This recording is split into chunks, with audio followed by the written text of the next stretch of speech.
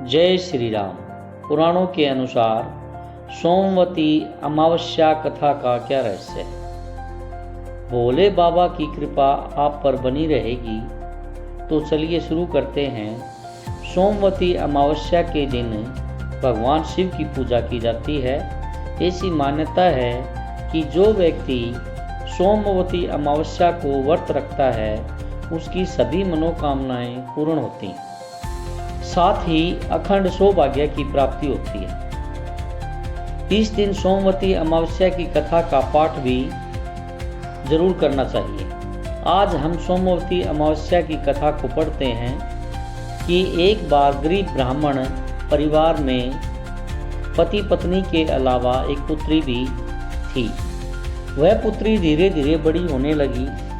उस पुत्री में समय और बढ़ती उम्र के सभी स्त्रियों वाले गुणों का विकास हो रहा था। वह लड़की सुंदर, संस्कारवान एवं गुणवान थी, किंतु गरीब होने के कारण उसका विवाह नहीं हो पा रहा था। एक दिन उस ब्राह्मण के घर एक साधु महाराज पधारे।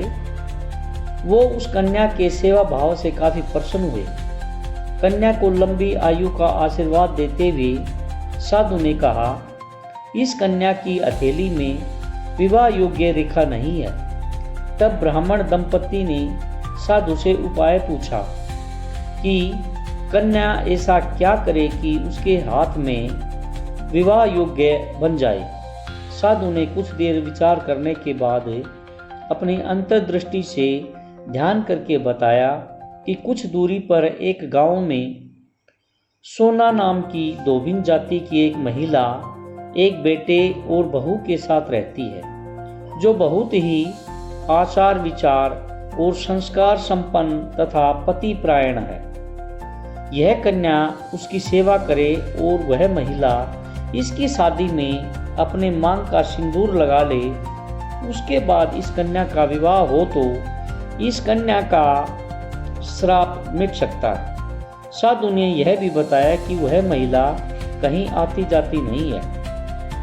यह बात सुनकर ब्राह्मणी ने अपनी बेटी से धोबिन की सेवा करने की बात कही। अगले दिन कन्या प्रातःकाल ही उठकर सोना धोबिन के घर जाकर साफ सफाई और अन्य सारे काम करके अपने घर वापस आ जाती थी। एक दिन धोबिन अपनी बहू से पूछती है कि तुम तो सुबह ही उठकर सारे काम कर लेती हो और पता भी नहीं चलता।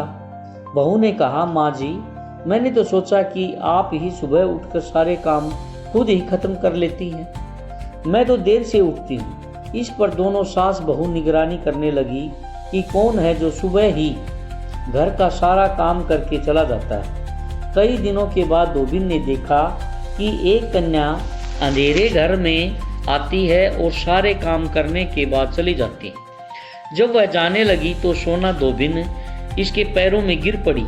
पूछने लगी कि आप कौन हैं और इस तरह छुपकर मेरे घर की चाकरी क्यों करती हैं। तब कन्या ने साधु द्वारा कही गई सारी बातें बताई। सोना धोबिन पति प्रायण थी, उसमें तेज था। वह तैयार हो गई। सोना धोबिन के पति थोड़ा अस्वस्थ थे। उसने अपनी बहू से अपने लौट आने तक घर पर ही रहने को कहा। सोना धोबिन ने जैसे ही अपनी मांग का सिंदूर उस कन्या की मांग में लगाया, उसका पति मर गया। उसे इस बात का पता चल गया। वह घर से निराजल ही चली गई। यह सोचकर कि रास्ते में कहीं पीपल का पेड़ मिलेगा तो उसे भंवरी देकर और उसकी परिक्रमा करके ही जल ग्रहण करेंगी। उस दिन सोमवती अमावस्या थी। ब्राह्मण के घर मिले पूरे पकवान की जगह उसने ईंट के टुकड़ों से 108 बार भंवरी देकर 108 बार पीपल के पेड़ की परिक्रमा की और उसके बाद जल ग्रहण किया। ऐसा करते ही उसके पति के मुर्दा शरीर में वापस जान आ गई। धोबिन का पति वापस जीवित हो गया।